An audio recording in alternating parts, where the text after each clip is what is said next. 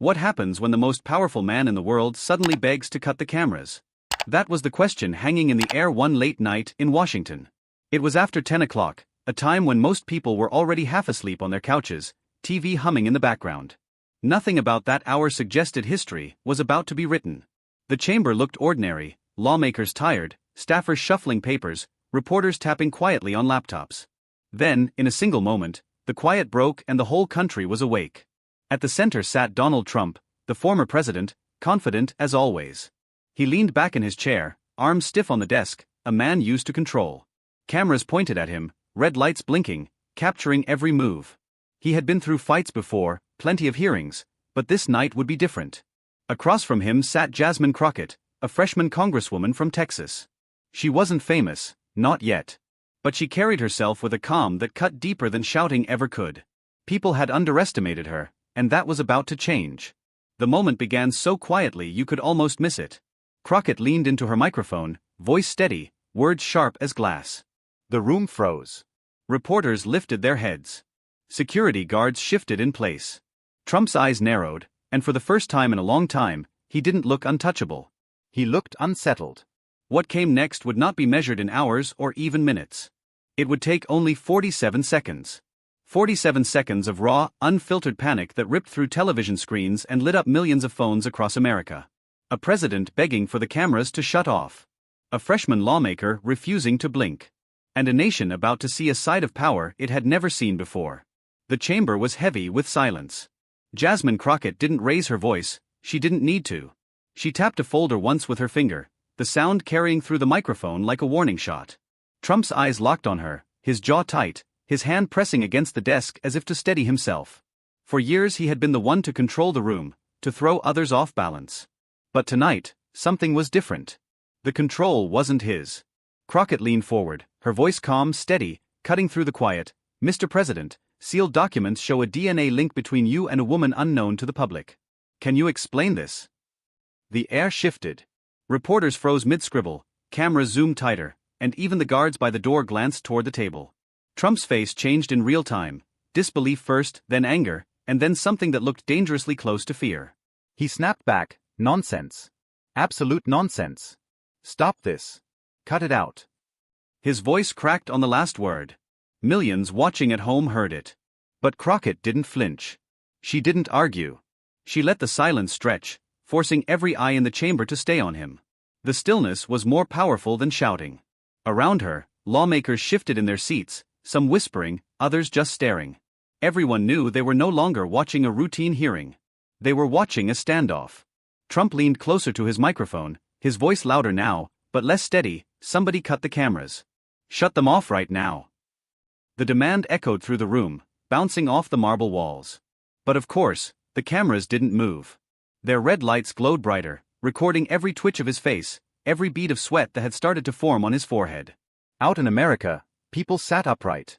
In a bar in Pittsburgh, the jukebox was muted, everyone staring at the TV. In a Dallas coffee shop, customers leaned over counters, watching the feed live.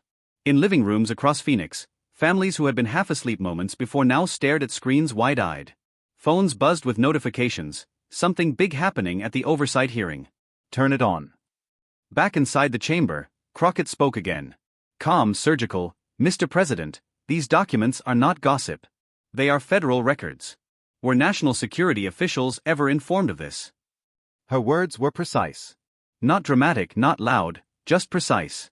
That was what made them dangerous. Trump barked back, "We're not doing this. We are not going to sit here and talk about personal nonsense. Cut the cameras now." His voice was sharp, but uneven, the kind of uneven that sounded more like panic than power.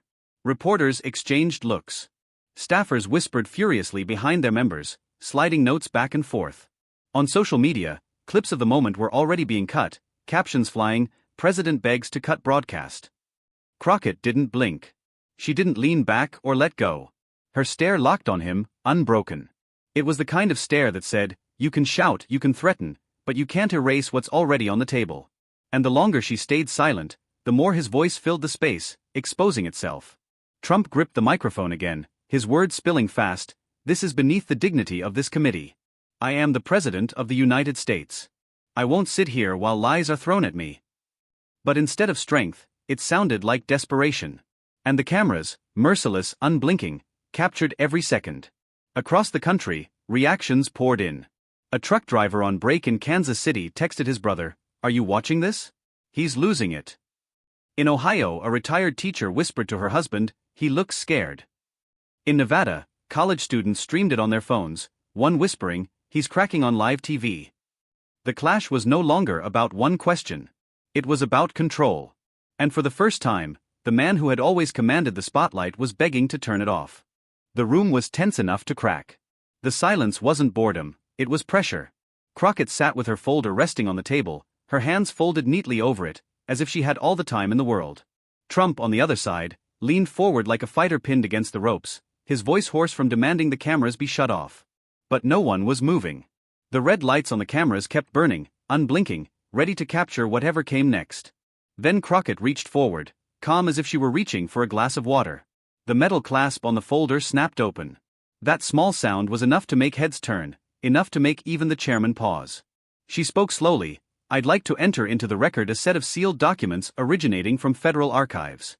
Documents which indicate a potential DNA match between the President of the United States and a young woman whose existence has never been disclosed to this body or to the American people." The words landed like thunder. Reporters scrambled, keyboards clattering. The gallery erupted with hushed gasps, some leaning so far forward their hands gripped the railings. Even lawmakers who had been stone-faced suddenly shifted upright. Trump's face turned crimson. He slammed his palm against the table. "That's classified material. That's sealed for a reason. You can't just wave papers around and pretend they mean something." His voice shook, louder than before, but weaker somehow. Crockett's eyes stayed on him, steady, unblinking. "Sealed doesn't mean imaginary. These are not rumors. They are signed, authenticated, and verified through official channels. I'll ask you again, were national security officials ever informed of this possible connection?" For the first time, Trump didn't bark back instantly. His mouth opened, then closed.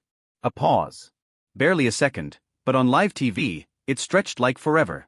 Cameras zoomed tighter, catching the flicker in his expression, the hesitation that millions of people at home would see replayed again and again. The gallery filled with whispers. A man pulled out his phone to record from his seat. One reporter whispered into her mic, "He froze. Did you see that? He froze." Crockett's tone sharpened just slightly, "So your testimony here under oath is that the DNA link is fabricated?" Trump stammered, "There is no question. There is no daughter. This is garbage." His words came too fast, tripping over one another, like someone trying to plug holes in a sinking boat. But Crockett didn't move. Her stillness was louder than his shouting. She slid one page from the folder just enough for the camera to catch the seal and the date at the top. She didn't read it aloud, not yet. She didn't need to. The sight of an official government marking was enough to make the clip unforgettable. Screenshots of that single image began flooding social media before she even finished speaking. Trump leaned forward again, his voice rising, "This is a smear. A disgusting personal smear. I won't dignify it with an answer." Crockett replied coolly, "Your refusal to answer is an answer. And it raises a larger question. If this information was hidden, who was it hidden from, and why?" Gasps spread again through the chamber. Even some Republican members shifted uncomfortably, arms crossed tight, eyes darting between their notes and the cameras. Then it happened. Trump slammed both hands on the desk, his voice cracking hard, "You don't understand, this is about family. You're putting a family at risk." The word hung in the air like a grenade. Family. Every microphone caught it. The room froze. Crockett's eyes narrowed, seizing the opening, "Which family, sir?" The silence was deafening. Trump's mouth opened, but no words came. He looked down, eyes darting, lips pressed into a line. In that pause, just a few seconds, the entire chamber and the nation saw something no one had seen before: Donald Trump speechless. In the gallery, a reporter whispered loud enough for those around her to hear, "He doesn't know what to say." Another scribbled only two words, "He froze." Crockett leaned in, her voice almost too soft, forcing everyone to lean forward to hear, "Mr. President, these records don't just suggest a DNA link. They suggest this woman is your daughter." The chamber erupted. Gasps, shouts, murmurs. A Republican lawmaker muttered, "Oh my God," before covering his mouth. Reporters scrambled, fingers flying across keyboards, sending alerts to newsrooms that would flash across screens within minutes.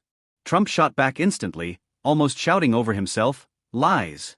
Absolute lies. I have no secret daughter, none." But his denial was too fast, too frantic. His face flushed red, his finger stabbing toward the cameras. "Cut them. Cut them now. This is private. This is personal. This is not for television." His voice cracked on the word private, and millions watching at home heard it. In homes across America, jaws dropped. A grandmother in Wisconsin whispered, "He said family." A college student in Nevada muttered into her phone, "He froze when she said daughter." A truck driver in Kansas City shook his head at the bar TV, "He's never begged like that before."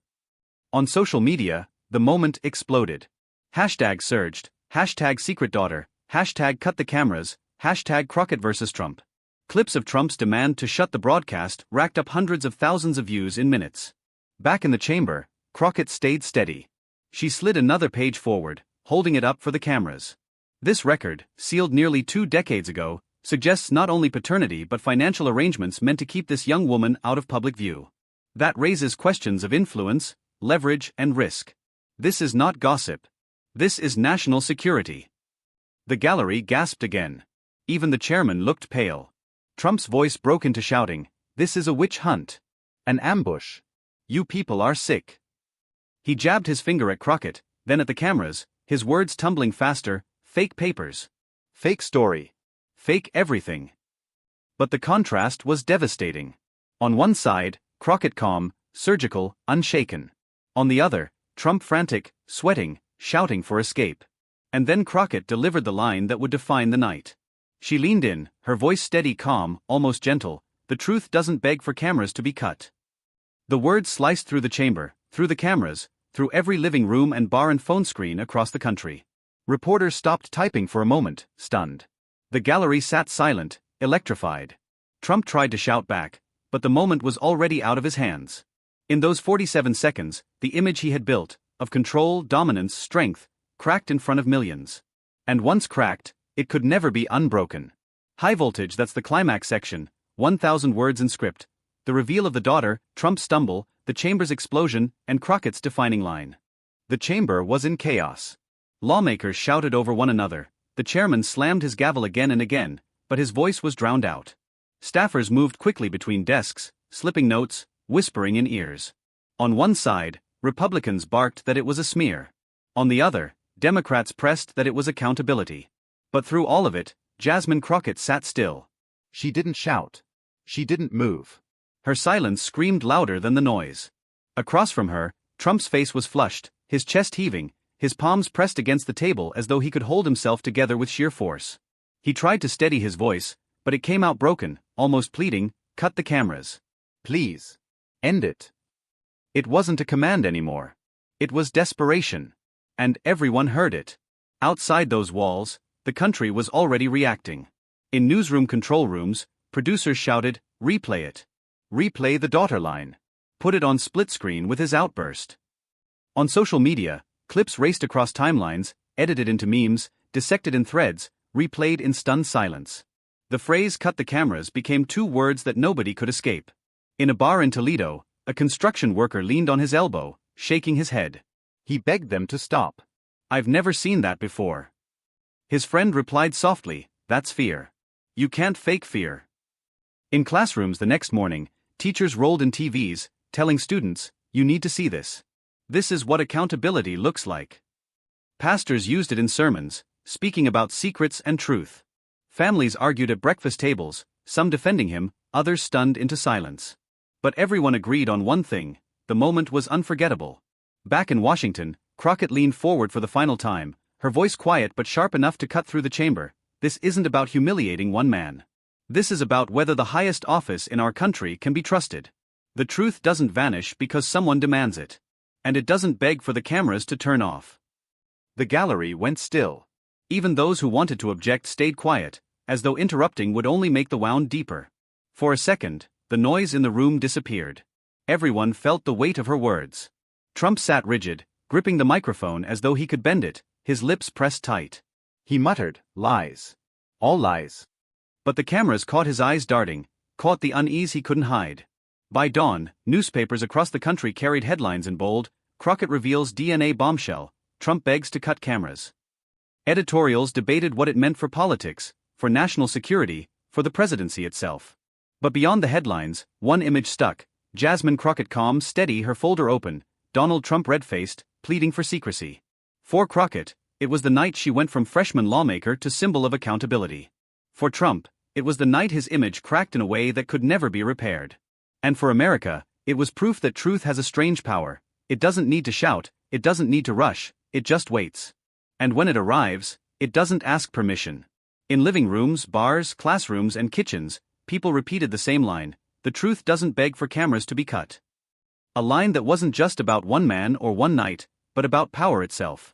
Because leaders can demand silence. They can demand loyalty. They can demand that the cameras go dark. But history doesn't forget the moment they beg for it. And that was the lesson Jasmine Crockett left behind. Secrets may buy time, but they can't buy escape. Power built on hiding will always collapse in the light. The hearing eventually ended. The gavel finally silenced the chamber. But the storm outside had only begun. Clips spread. Hashtags trended. Memes exploded. And the story traveled from Washington to every corner of the country. Not just a story about Trump. Not just a story about Crockett. But a story about truth itself. Because the truth waits. The truth watches. And when it comes, it doesn't whisper, it strikes.